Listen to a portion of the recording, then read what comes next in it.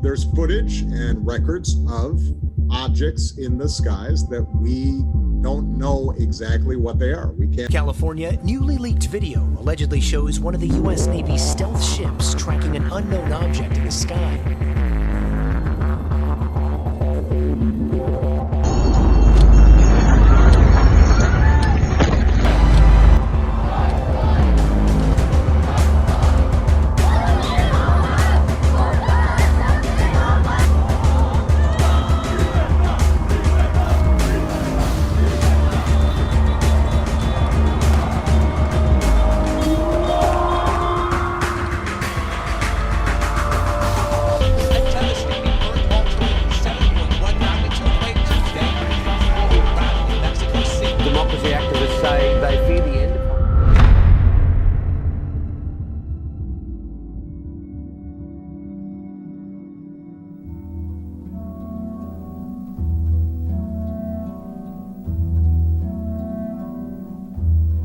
Энэ диаграмын голын цэг нь нар, гаднах цэг нь өөр цаг хугацаанд нарыг тойрон эргэж байгаа дэлхий.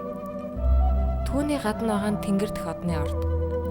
Манай эртний 1 оноос 2000 он хүртэл харуул загасны ирэн байсан нь одоо солигдож, бомбын ирэн эхлэж байна.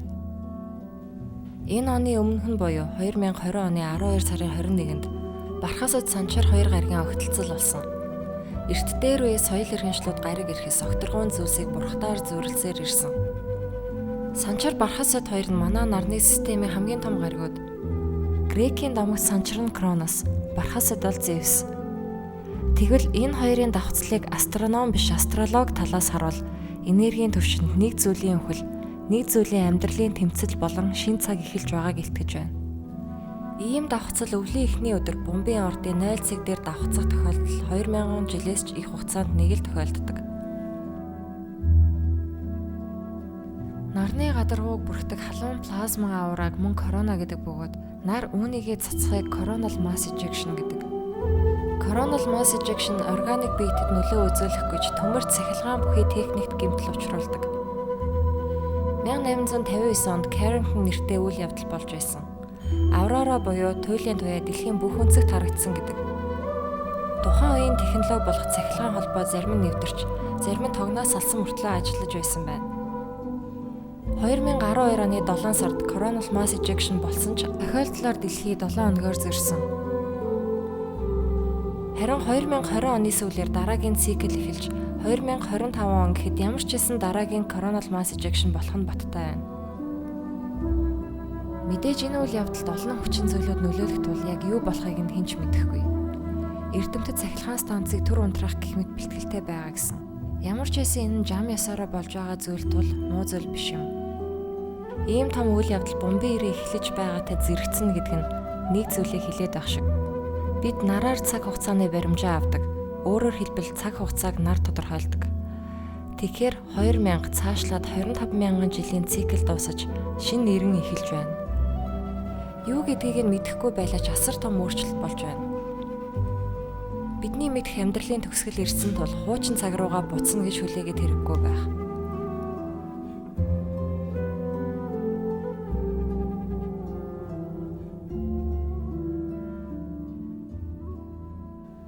Тэгвэл яг одоо дэлхийн 3 дугаар даан эхэлчихсэн байна. Гэхдээ энэ удаагийнх буу зэвсгийх биш, оюун санааных. Зорилго нь юу вэ? Тэд бидэнд сэдв өгж талцуулаад бид өмнөөс нь тулалддаг. Хүн төрлөختөн өнөө хүртэл ямар нэг сэдв зүйлээс олж талцаж тэмцэлтэж ирсэн. Тэгвэл энэ чөтгөрийн тойргоос яаж гарах вэ?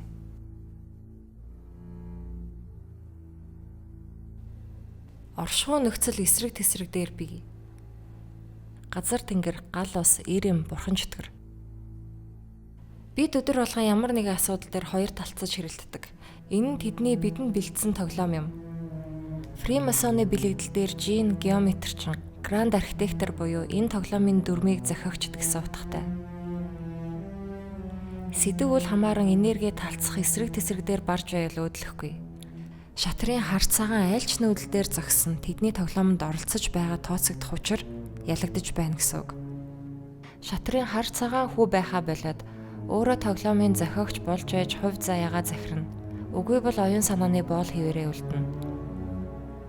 Хэн нэгнийг захирахын тулд сэдв үл харгалзан талцуулж, хоёр талыг нь дэмжиж өгөөд маргаан үүмийн самуун дунд нь шийдэл гаргах байдлаар илээ давхраг бусдыг захирдаг. Бүх зүйл оюун санааных учраас жинхэнэ аврал дотор байдаг. Хэрв гадна байвал тэр аврал биш худал хуурмаг. Эртний Египтийн херметик философи туйлын зарчим гэж бий.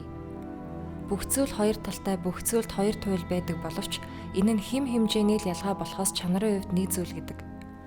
Материаллык төвшөнд ярил халуун хүйтэн мэдээж эртэс зүйлүүд боловч термометр дээр харвал дээд хэсгийг халуун, доод хэсгийг хүйтэн гэхээс яг хаанаас халуун, хаанаас хүйтэн эхэлж байгаа нь тодорхой биш. Дунд хэсгийг халуун хүйтэн альнаар нь шилсэн буруудахгүй. Бүх үнэн хагас үнэн, бүх худал хагас худал. Намар тэг градус хүйтэн, хавар тэг градус дулаан тооцогддог шиг. Энэ зарчим бүх зүйл дээр хэрэгжинэ.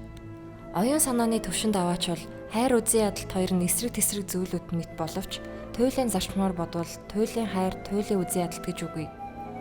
Дунд нь байдаг дуртай дургуун заримдаа бие биенээсээ ялгахтааргүй болсон байдаг.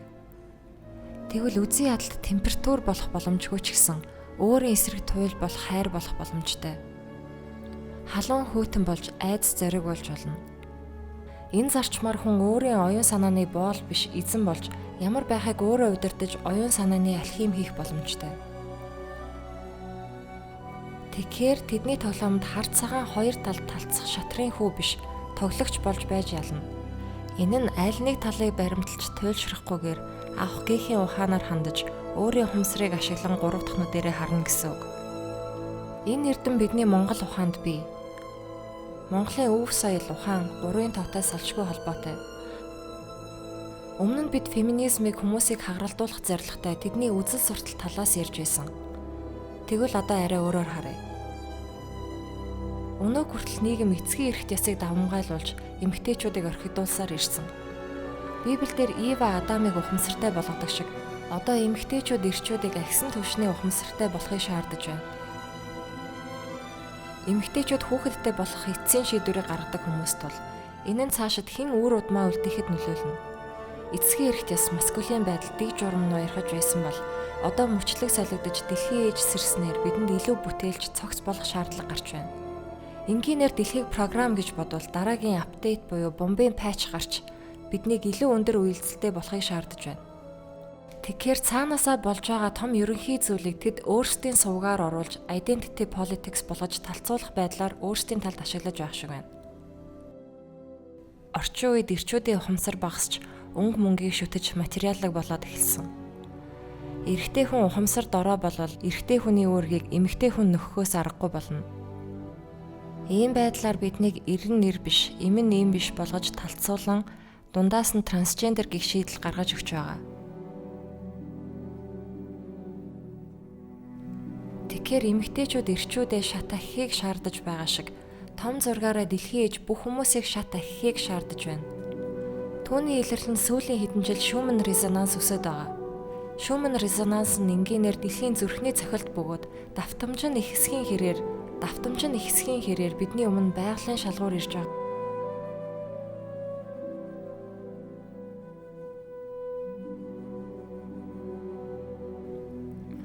Бүх зүйл оюун санааных харагдаж байгаа материалыг болгон хий хоосон. Компьютерийн дэлгэцэн дээр харагдаж байгаа зүйлийг яг үнэндээ процессор доторх CPU, график карт хоёр үйлслээр рендерлэж тэг болон нэгэн тоогоор янз бүрийн зүйлийг харуулж байгаа шиг. Үзэж байгаа, сонсож байгаа бүх зүйлүүд бидний үйлдэлд нөлөөлдөг. Медиагаар явж байгаа ихэнх зүйлүүд бидний үйлдэлийг доод шатанд байлгадаг. Айдас, ичхүр, гэмшил зэрэг сөрөг сэтгэл хөдлөлтөөр тулгуурласан шийдвэр гаргалтыг хийлэгдэг. Point of music. What's the point of music? Niggas don't know. It's not always to have fun. It's not always to have fun. Sometimes it's to help people find themselves because music is frequency programming. Music is frequency. Let me be detailed. At 15 years old, I was doing sound engineering. So I was playing with frequency. I was playing with equalizers. Basically, I figured out that hertz is to understand the frequency vibration, right?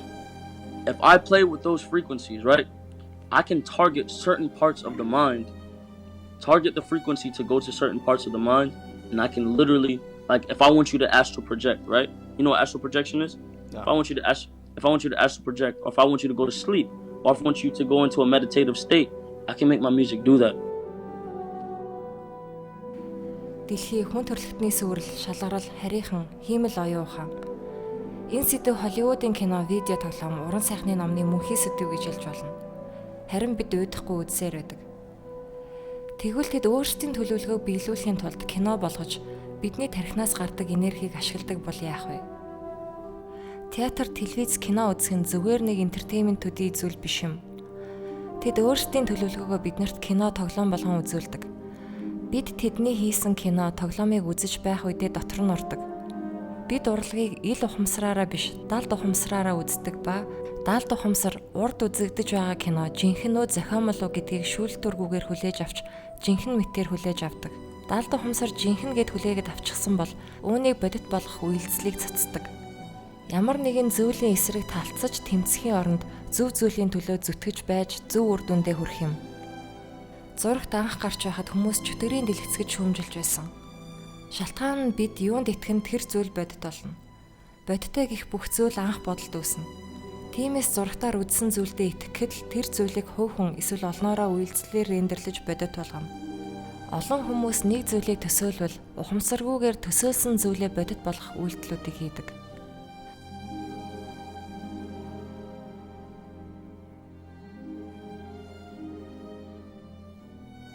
Хүн тийм чадaltaй юм бол түүнийг хэрхэн хэрэглэх вэ? Бид бодлороо бодит байдлыг бүтээж чаддаг юм бол бодлоо захирч сурах ёстой. Хамгийн ихний хамгийн хүчтэй арга бол амьсгал. Амьсгал тарих хоёр салшгүй холбоотой. Хүчил төрөгчийн дутагдал тарих хүчгэд хүргэдэг. Чи юу идэн тэрэн шигэ байна гэдэг шиг тэрнээс цаашлаад чи яаж амьсгална тэрэн шигэ байдаг. Учир нь бодол ухамсар тархин дотор биш, гадна агаар тэнгэрт байдаг. Таны цахим санд үлдээсэн бүх зүйл саа нэгтээ сервер татгалагддаг шиг таны бидний өнгөрсөн цаг үед амьдарч байсан хүмүүсийн бодол бүгд тэнгэрт татгалагдаж үлддэг. Интернет таны өмнө бүх зүйлийг дэлгэдэг. Гэвч та юу хайхаа мэдэж байж л хариултаа олдог шиг тэнгэр танд хайж байсан бодлыг ч нүгдэг. Тэнгэр шүтлэг нь нэг ясандаа өвөг дээдсийнхээ үлдээсэн ухаан бодлын сан шүтэж байгаа юм. Бөөлөх зан уул нь өвөг дээдсийнхээ ухамсарыг буулгадаг зан уул. Тэгэхээр мөн хөх тэнгэрийг Карл Юнг Collective Unconsciousness буюу нийтийн ухамсар гэж тодорхойлсон болж таарч байна. Бидний нийтийн бодлыг тэнгэр сонсож биелүүлж bijүүлдэг байх боломжтойг Монгол ухаанд амны бэлгээс аштын бэлэг гэж тодорхойлсон байж магадгүй. Энергийг бүтээж эсвэл устгаж болохгүй. Энерги зөвхөн нэг хэлбэрээс нөгөөд шилждэг. Тиймээс хэрэг үнсгээ 50 амьсгал нь төдий чинээ оюун бодол гүн байдаг бол битүү орчинд яарууд авчууд дутуу амьсгал бол бодол ахар гүйхэн болдог. Мөн шашнуудад логос буюу үг түүнийг илэрхийлэх амыг бурхантай зөвөрлөдөг. Улс орнуудын үгээ илэрхийлэх нь ч үүнээс улбаатай. Яг одоо бид үүнийгээ хаалгачихсан байна.